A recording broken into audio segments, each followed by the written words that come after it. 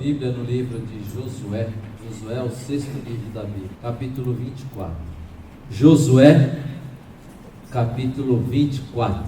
Nós vamos ler dos versículos 14 até o 27. Josué 24, 14 a 27. Diz o texto da palavra de Deus: Agora, pois, temam o Senhor e o sirvam com integridade e com fidelidade.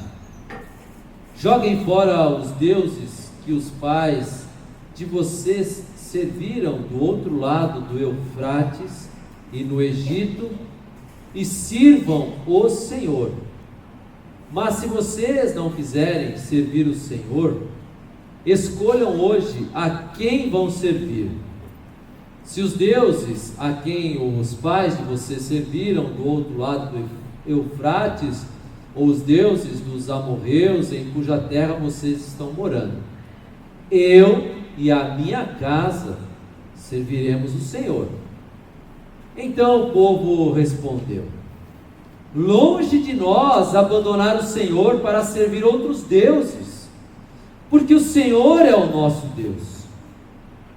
Ele é quem nos tirou, a nós e aos nossos pais, da terra do Egito, da casa da servidão. Ele é quem fez estes grandes sinais aos nossos olhos e nos guardou por todo o caminho em que andamos e entre todos os povos pelo meio dos quais passamos. O Senhor expulsou de diante de nós todas estas gentes, até o amorreu, o morador da terra. Portanto, nós também serviremos o Senhor, pois Ele é o nosso Deus. Então Josué disse ao povo: vocês não poderão servir o Senhor, porque é Deus santo, Deus zeloso, que não perdoará a transgressão e os pecados de vocês. Se abandonarem o Senhor e servirem deuses estranhos, Ele se voltará contra vocês e lhes fará mal e os destruirá depois de lhes ter feito bem. Então o povo disse a Josué: não, o que queremos é servir o Senhor. Josué disse ao povo: vocês são testemunhas contra vocês mesmos de que escolheram o Senhor para o servir. E eles disseram: sim, somos testemunhas. E Josué continuou: agora, pois, joguem fora os deuses estranhos que há no meio de vocês e inclinem o coração ao Senhor Deus de Israel. O povo disse a Josué: ao Senhor nosso Deus serviremos e obedeceremos à sua voz.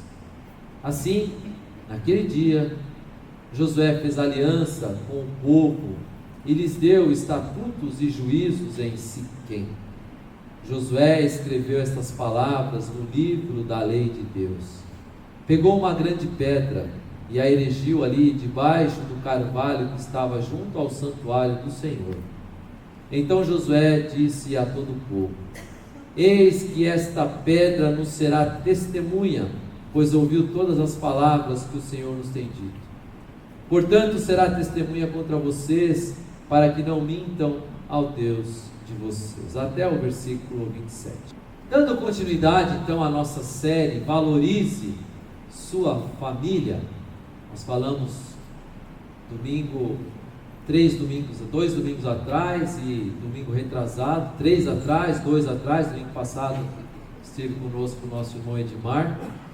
E hoje é a terceira mensagem dessa série, Valorize Sua Família. Domingo que vem provavelmente será a última.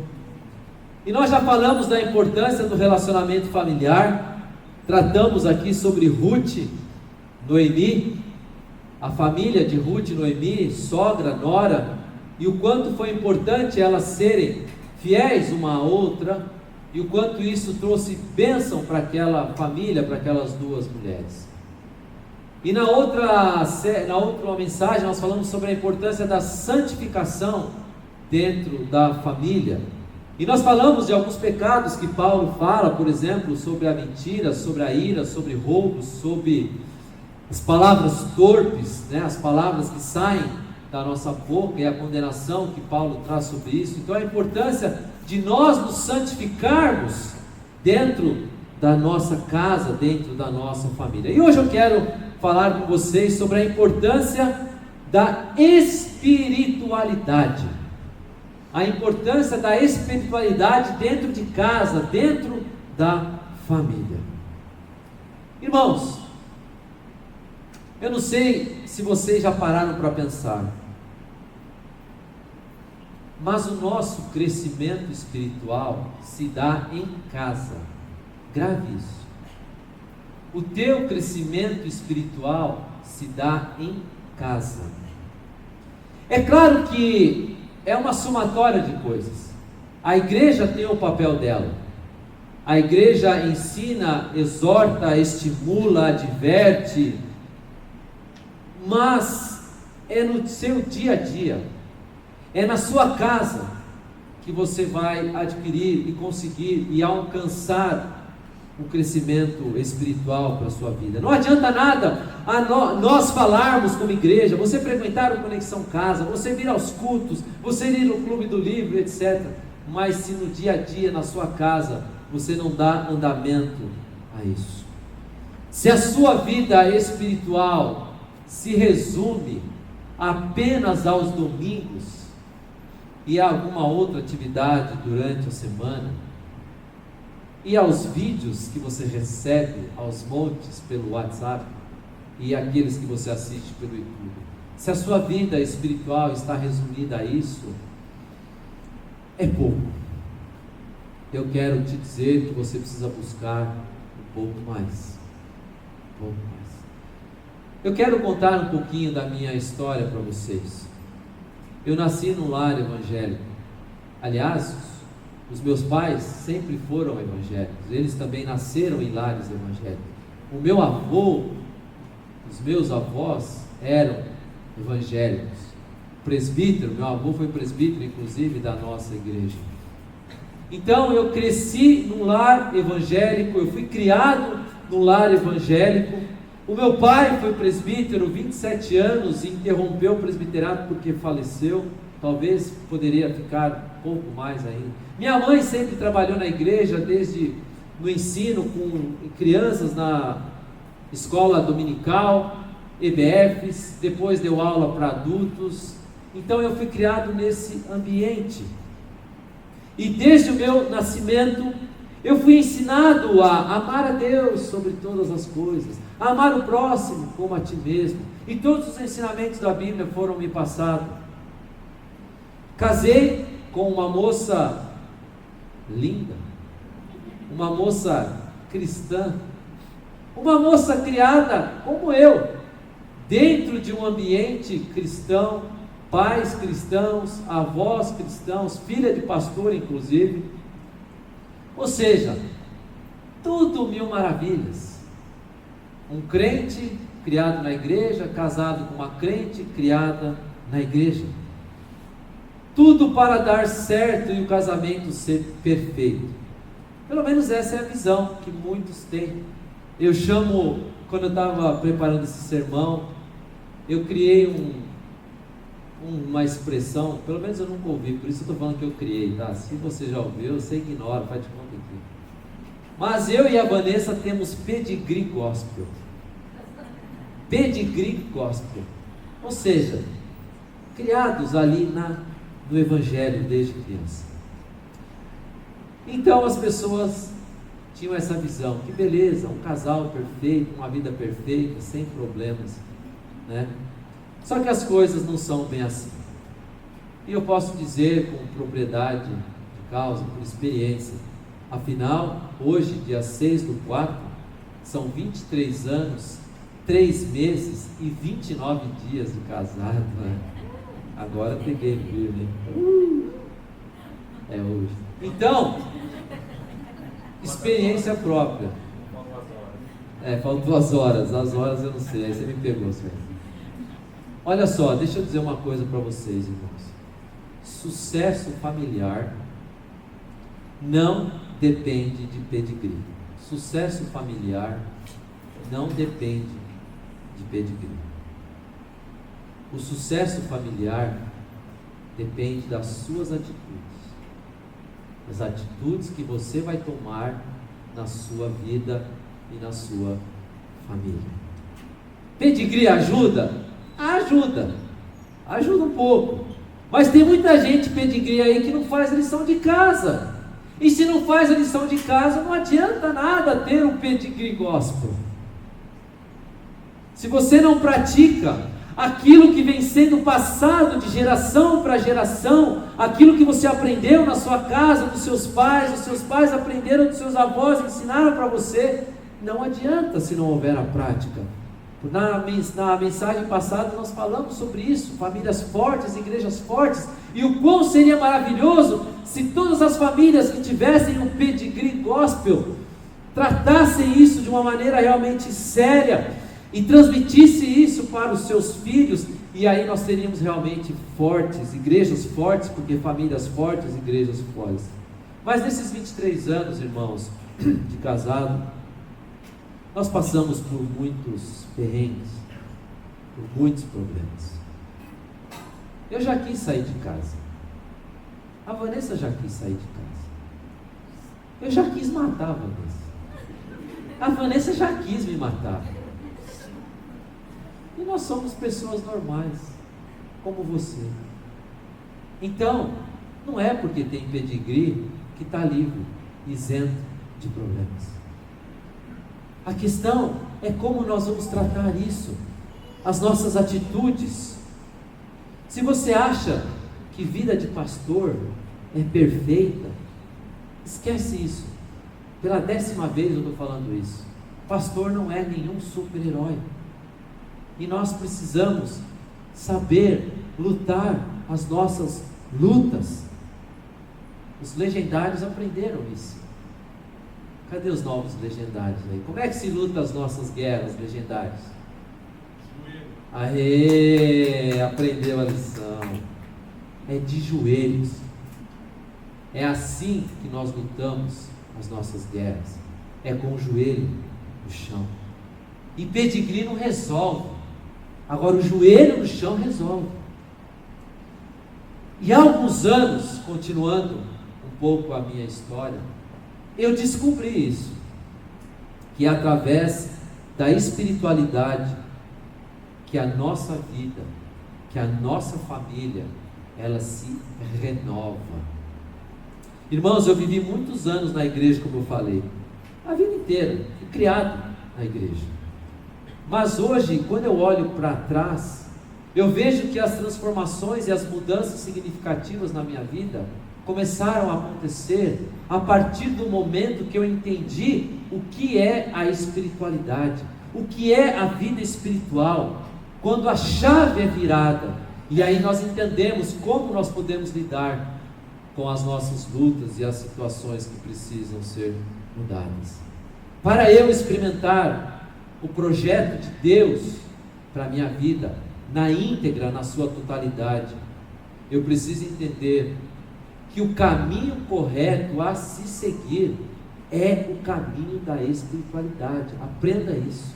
Jeremias, veja comigo, 29, Jeremias 29, versículos 11 a 13, o profeta diz: eu é que sei que pensamentos tenho a respeito de vocês, diz o Senhor, são pensamentos de paz e não de mal, para dar-lhes um futuro e uma esperança.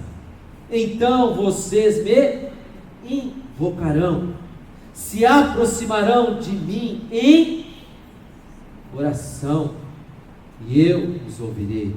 Vocês me buscarão e me acharão quando me buscarem de todo o coração. Talvez a sua estrutura familiar não seja como a minha, mas independente de como for a sua estrutura familiar, eu quero deixar uma frase para você. Eu não posso escolher a família que eu nasci. Você não pôde escolher a família que você nasceu. mas você pode escolher a família que você quer ser. Você não pode escolher a família que você nasceu, mas você pode escolher a família que você quer ser. Baseado nisso, eu quero falar tratar de 2 pontos que vão ajudar a entender sobre a importância da espiritualidade dentro da nossa casa. E o primeiro ponto é: a espiritualidade em família depende de uma decisão. Lembra? Não depende de pedigree, depende de uma decisão. E a primeira decisão que você deve tomar é: que tipo de família eu quero ter? Ou que tipo de família eu quero ser? Quais os valores? Quais os princípios? Quais as práticas eu desejo cultivar dentro da minha família? O que eu quero transmitir para os meus filhos?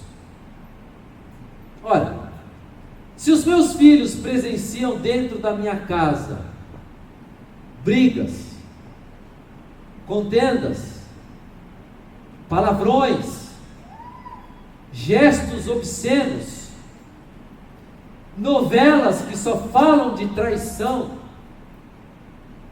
músicas que tem aquela letra que só Jesus pela causa do Mestre. Se esses são os valores que estão dentro da sua casa,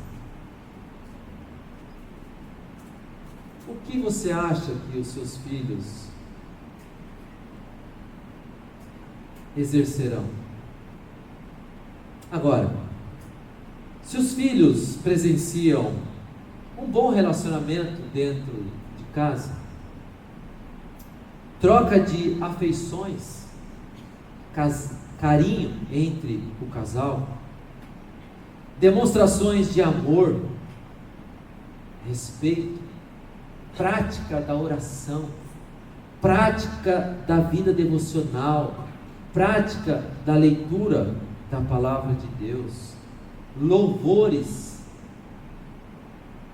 provavelmente há uma grande chance dele replicar isso na sua vida. Portanto, a decisão sobre o tipo de família que eu quero ter depende de mim. E a decisão pode ou não estabelecer que o Senhor Deus será o centro da nossa vida familiar.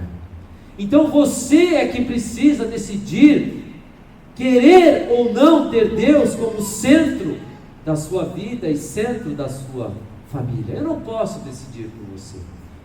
No texto que nós lemos, livro de Josué, Josué foi bem claro com aquele povo, nos versículos 14 e 15 ele diz: agora pois temam o Senhor e sirvam com integridade e com fidelidade. E ele diz: joguem fora os deuses que os pais de vocês serviram do outro lado do Eufrates e no Egito e sirvam o Senhor. Ou seja, larga a mão dessas coisas que não tem nada a ver com Deus para lá, joga isso fora, isso não pertence mais a vocês.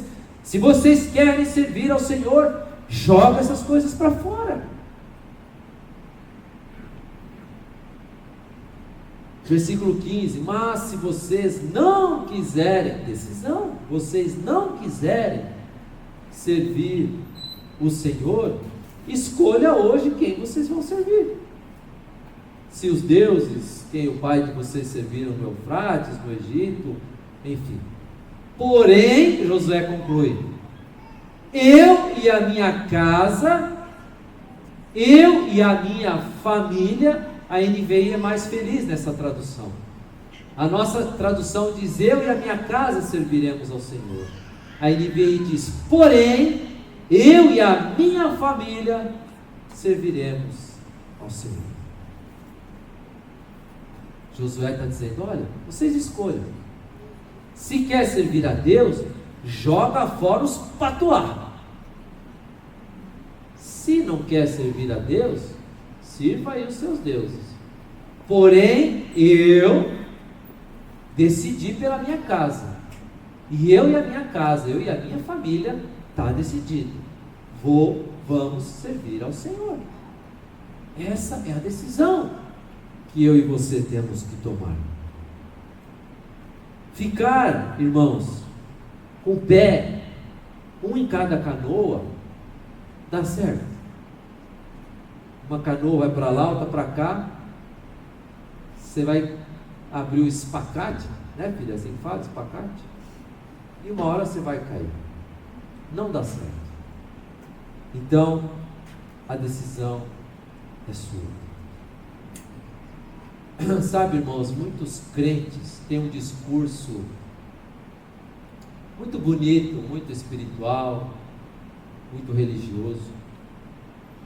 Contudo, estão distantes de uma vida de integridade e fidelidade, como diz o Josué. Porque não tomaram de fato uma decisão por uma espiritualidade genuína e saudável. Toda decisão requer uma ação. Uma vez que você toma uma decisão, você vai agir por aquela decisão que você tomou.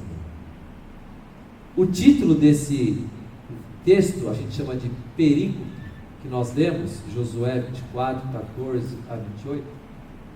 O título na minha versão aqui chama Renovação da Aliança.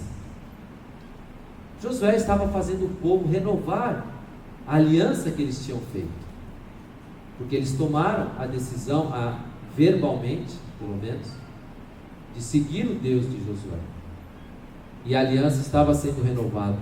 E muitas vezes nós tomamos decisões no calor do momento, no apelo do pregador, né?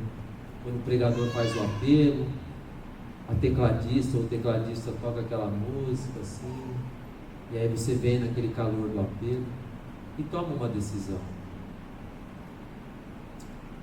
Não há nada de errado nisso.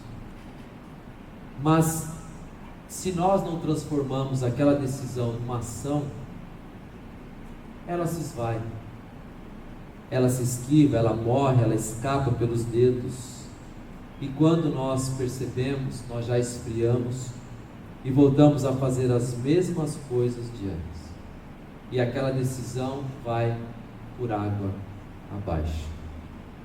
Então você precisa renovar a sua aliança, da decisão que um dia você tomou por Jesus Cristo.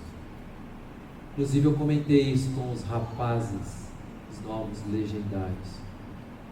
Eles foram impactados. Aliás, domingo que vem nós teremos um momento legendários aqui no nosso culto, e vocês verão os testemunhos deles. Venham preparados com o lenço no bolso. E eu falei para eles: olha, vocês foram impactados nessa montanha, isso é ótimo, é maravilhoso, mas a montanha real da vida começa agora, na sua casa, no seu trabalho, na sua igreja, no ambiente que você vive.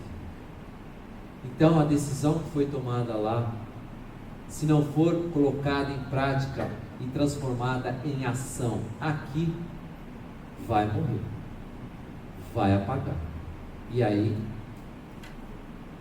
de nada adianta. Portanto, tome uma decisão na sua vida de buscar uma espiritualidade genuína, autêntica, saudável, que vai beneficiar você e a sua família, e transforme essa decisão em ação prática. Dê bom testemunho dentro da sua casa, dentro da sua família. Tenha uma vida devocional disciplinada. Realize o culto doméstico, por exemplo. Invista no ensino bíblico para os seus filhos.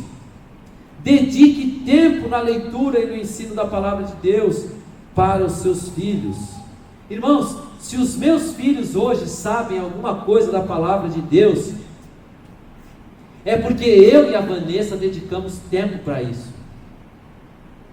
Não é porque eles são filhos de pastor, como eu já ouvi na gincana bíblica. É filho de pastor, tem mais é que saber mesmo. Isso não tem nada a ver. O que eles sabem é porque eles foram ensinados. Se você não ensinar, eles também vão saber. Se você ensinar, seus filhos também vão saber. Agora, o mundo está ensinando. E se eu não ensino? Então, a decisão e a ação é minha e é sua.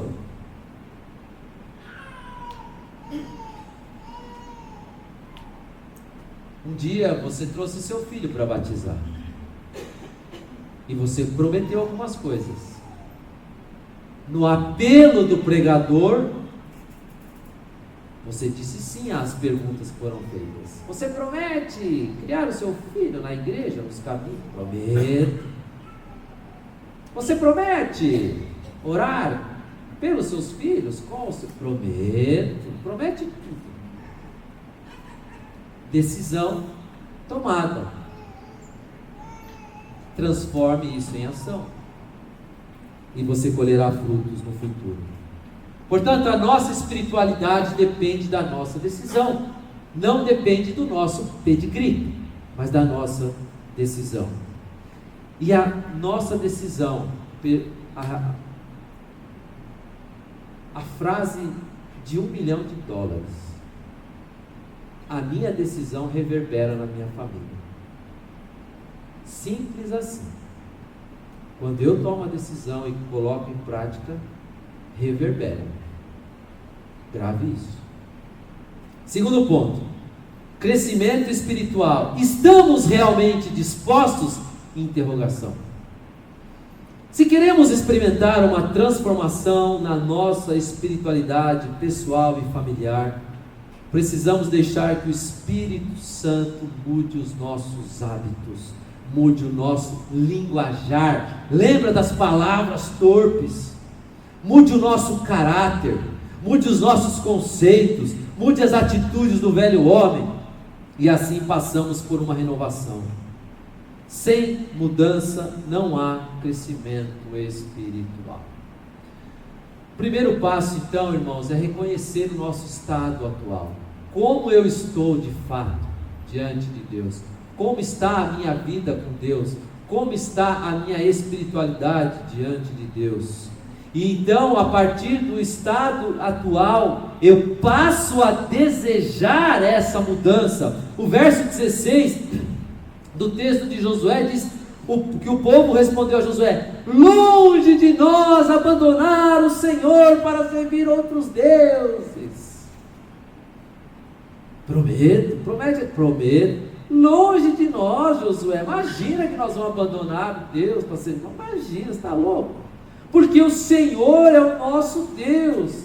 E aí eles começam: Ele é quem tirou lá do Egito, da terra da escravidão, das mãos do faraó, abriu o mar vermelho, mandou a nuvem de dia para dar sombra, de noite clareou para nos aquecer no inverno do deserto, mandou o maná.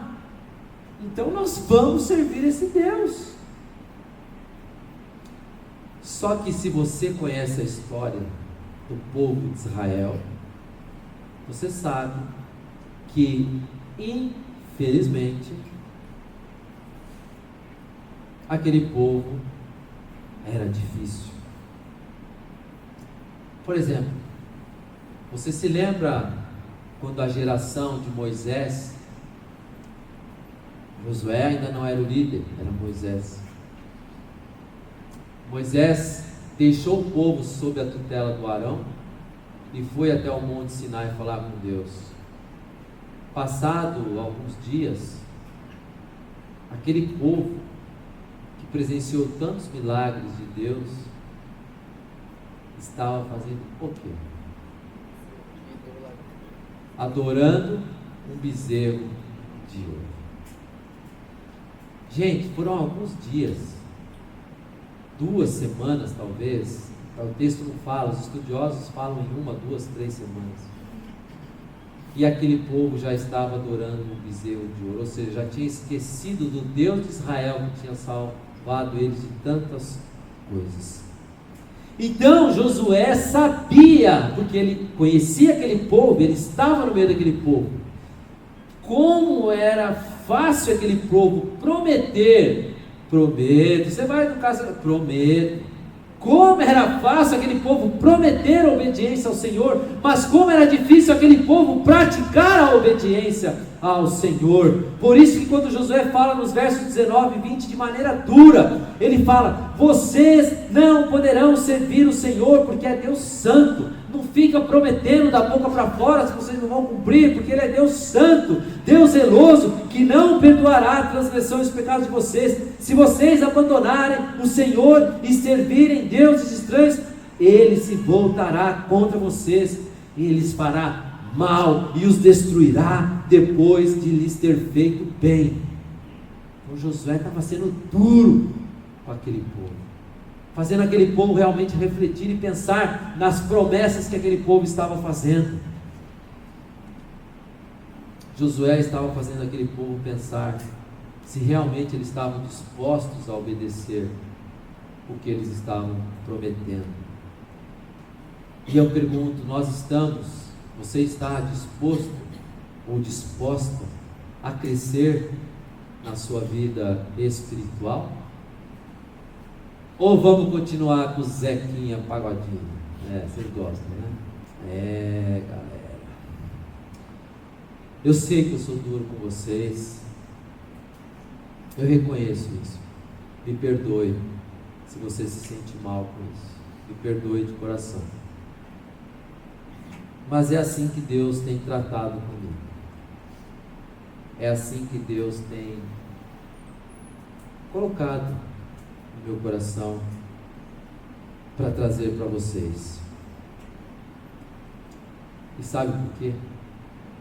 Porque a terra prometida, a nossa terra prometida, a nossa Canaã, a nova Jerusalém, está próxima, está próxima. E eu não quero ver as minhas ovelhas, as ovelhas que Deus confiou às minhas mãos, tomarem dura do próprio Deus na hora que chegar o dia do julgamento. A dura aqui é mais leve, a dura lá é mais pesada. E pior, muito menos eu quero ver as minhas ovelhas ficarem de fora da terra prometida, porque eu amo as minhas ovelhas, amo de coração as minhas ovelhas, e eu vou cuidar das minhas ovelhas o melhor que eu puder. E quando precisar usar o cajado, a gente vai usar o cajado, por amor, porque quem ama, cuida. Então, não sintam-se bravos, não sinta raiva de serem cobrados ou de tomarem dura, mas eu quero o bem de vocês, como eu quero o meu próprio bem e da minha família. Então, não me leve a mal, pelo contrário, leve a sério a sua vida espiritual, leve a sério a sua espiritualidade. Não brinquem com Deus, não brinquem de ser crentes, não sejam mornos, como diz o Apocalipse. João fala: porque não é quente nem frio, e porque és morno, estou a ponto de vomitar-te. Está aqui, João, Apocalipse, nas palavras de João, capítulo 3, se eu não me engano. Você procura. Moisés passou para Josué o legado. Só que Josué não passou para ninguém. Ele não teve, talvez, uma direção de Deus para passar para alguém. Sucedeu. Mas os anciãos, aqueles que estavam com Josué, ouviram as regras. Foram os mesmos que disseram: nós vamos servir o Deus de Israel, nós não vamos abandonar o Deus. Ora, se eles disseram isso, eles estavam preparados, eles conheciam as regras, eles prometeram cumprir e obedecer às regras de Deus. Portanto, esperava-se que eles estivessem preparados para dar continuidade ao legado de Josué. Só que não. Infelizmente, isso não aconteceu. Aqueles que assumiram aquela liderança do povo não deram conta, e logo o povo se desviou novamente. E se você começar a ler o livro de Juízes, que é o próximo livro, logo no capítulo 2, 3, você já vai ver o povo se desviando novamente dos caminhos do Senhor. Você está preparando a próxima geração? Você está preparando a vida espiritual da próxima geração? Ensinando, transmitindo os ensinamentos que você prometeu um dia. E a geração seguinte, a de Josué, passou a sequer conhecer o que Deus havia feito pelo povo de Israel. Por quê? Porque a geração não cumpriu a sua promessa de ensinar os seus filhos. Se nós não levarmos a sério e não dermos a devida importância da espiritualidade dentro da nossa família, nós sofreremos, nós seremos cobrados e os nossos filhos pagarão um alto preço pela nossa negligência. E aí eu pergunto: estamos dispostos a buscar o crescimento espiritual na nossa vida e transmitir isso para as próximas gerações? E eu quero concluir essa mensagem deixando uma frase de encorajamento para vocês. Tome uma decisão na sua vida. Sabe qual a decisão? Seguir Jesus. Seguir Jesus. Ah, pastor, mas eu já sigo Jesus. Eu venho na igreja.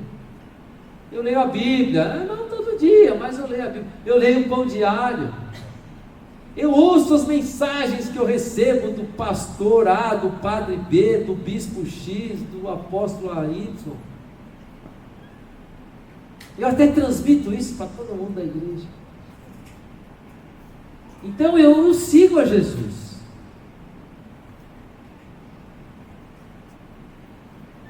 Irmãos, nada disso está errado, ok? Você pode continuar com essas práticas, não tem nada, nenhum problema. Isso ajuda, claro que ajuda, ok? Mas seguir Jesus vai muito além disso. Seguir Jesus é viver uma espiritualidade na prática, não nas promessas, mas na prática, no dia a dia. Seguir Jesus é mantê-lo 24 horas por dia ao seu lado, é tomar as decisões com a aprovação dele, é saber que ele está presente aonde você está presente, é levá-lo consigo aonde você vai, nos ambientes que você frequenta. Sabe? Puxa, Jesus está aqui comigo nesse local. Será que ele está contente com essa minha conversa? Será que ele está contente com essas falas? Será que ele está contente com o meu linguajar? Será que ele está contente com essas piadas sujas que eu estou dizendo aqui? Será que ele está rindo? É isso que é andar com Jesus. Isso é seguir Jesus. É saber que ele está lá 24 horas, aonde você está.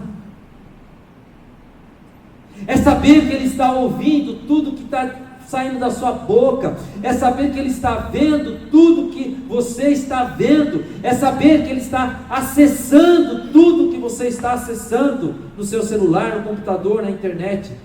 Puxa vida, Jesus está aqui comigo. Será que ele está contente com isso que eu estou vendo aqui? Isso é seguir Jesus. É saber, por exemplo, que ele está na sua casa, ouvindo tudo que você está dizendo, ouvindo as mesmas músicas que você está ouvindo, assistindo os mesmos programas na televisão que você está assistindo, presenciando a maneira como você está tratando a sua esposa, os seus filhos, os seus pais. Resumindo, Jesus, seguir Jesus é saber, ele é a tua sombra. Você consegue fugir da tua sombra? Por isso, nós precisamos dar valor à nossa espiritualidade. a nossa busca por um crescimento espiritual. E saber que isso começa dentro da nossa casa, dentro da nossa família. Portanto, meus irmãos e minhas irmãs, minhas ovelhas queridas que eu tanto amo, sigam a Jesus. Se você esquecer de tudo que eu disse hoje, o que é normal, grave isso. Sigam a Jesus. Sigam a Jesus. Não vacile, não titubeie, não tenha dúvida de que essa é a melhor coisa a se fazer. Siga a Jesus. Essa é a Amém.